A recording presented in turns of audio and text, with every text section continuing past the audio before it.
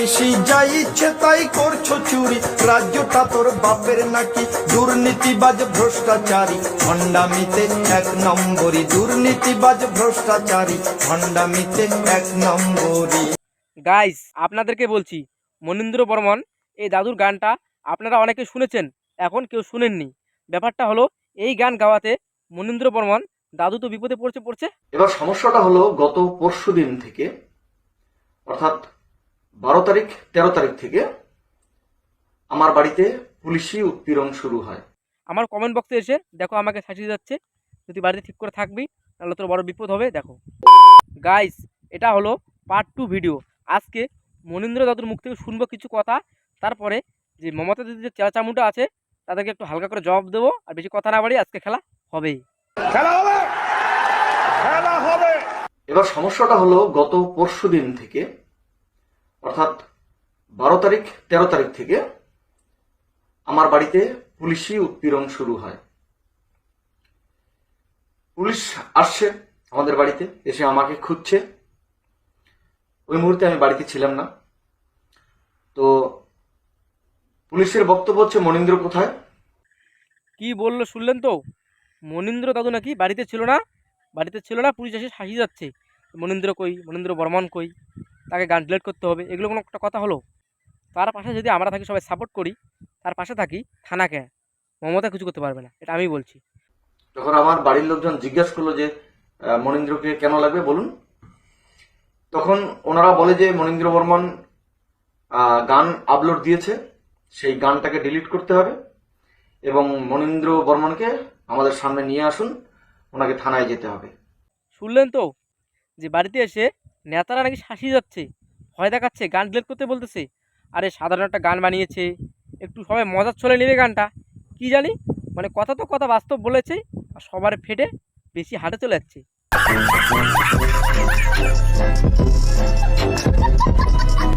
এদিকে ভাই মালদায় কি হচ্ছে, মুর্শিদাবাদে কি হচ্ছে, এগুলো না দেখে এদিকে মালদা থেকে লোক, ভাঙর থেকে লোক বাড়ি ছাড়া হয়ে যাচ্ছে, দেখো পালিয়ে যাচ্ছে। কত ছোট্ট, এটা কয় মাস হলো? হ্যাঁ, 5-6 দিন হলো। তার অবস্থা এই, আজকে তার সেই বাচ্চাটার ঘর ছাড়তে হলো। ঠিক আছে, এই বাচ্চাটার কি অপরাধ? আগে ছাড়ছিল পাকিস্তান, তারপরে ছাড়লো আফগানিস্তান, তারপরে চলে আসলো ভারতে। এখন ভারতের বাসিন্দা হয়ে হিন্দুস্তানের লোক হয়ে ভারত ছেড়ে পালিয়ে যেতে হচ্ছে। কোথায় পালিয়ে যাবে? ট্যাঙ্কির জলে বিষ আজকে দিয়েছে। ভয়ঙ্কর অভিযোগ করছেন এই ধুলিয়ানের বাসিন্দারা।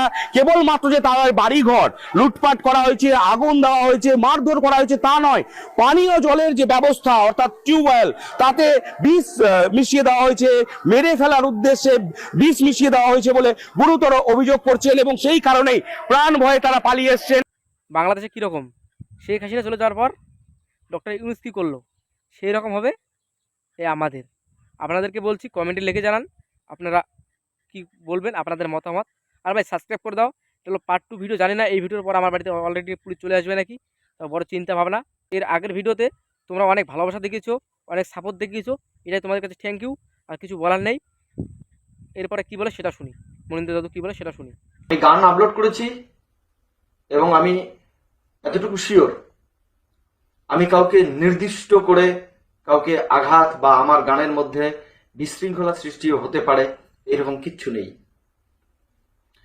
আমি প্রচন্ডভাবে চিন্তাগ্রস্ত, হতাশাগ্রস্ত যে আমার উপর কেন পুলিশ এরকম অন্যায় অত্যাচার করছে। প্রত্যেক দিন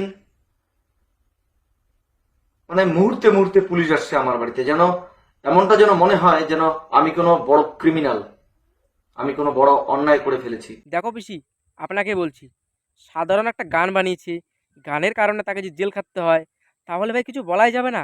এদিকে দেখো না, মোদিকে নিয়ে অনেকে অনেক খারাপ কথা বলছে, মোদিকে ওইদিকে কান দিচ্ছে না তো কেন? তোমার কাজ তুমি করে যাও, যাদের যাদের কাজ তাড়াতাড়ি করে যাক, দেখার মতো আছে কে? পুরো ভগবান। তুমি ভালো কাজ করবে, তোমাকে সবাই ভালোবাসবে, খারাপ কাজ করবে তোমাকে তোমাকে লোকে খারাপ বলবে, এইটুকুই, আর কিছু না তো। আমি কি, আমি তো একটা সাধারণ বাচ্চা ছেলে, সামান্য একটু তোমাদের কথা বলি, তোমাদের সাথে অনেকটা নিউজ আপডেট দিই, এইটুকুই। আমার কোনো সেরকম জ্ঞান নেই, জানি না আমার কথাগুলো বলা ঠিক হচ্ছে কি হচ্ছে না। তোমরা যারা ভিডিও দেখছো তারা কমেন্টে জানাও। এটাই তোমাদের কাছে একটা কথা, ভিডিওটা শেয়ার করে দাও, সবাই দেখুক।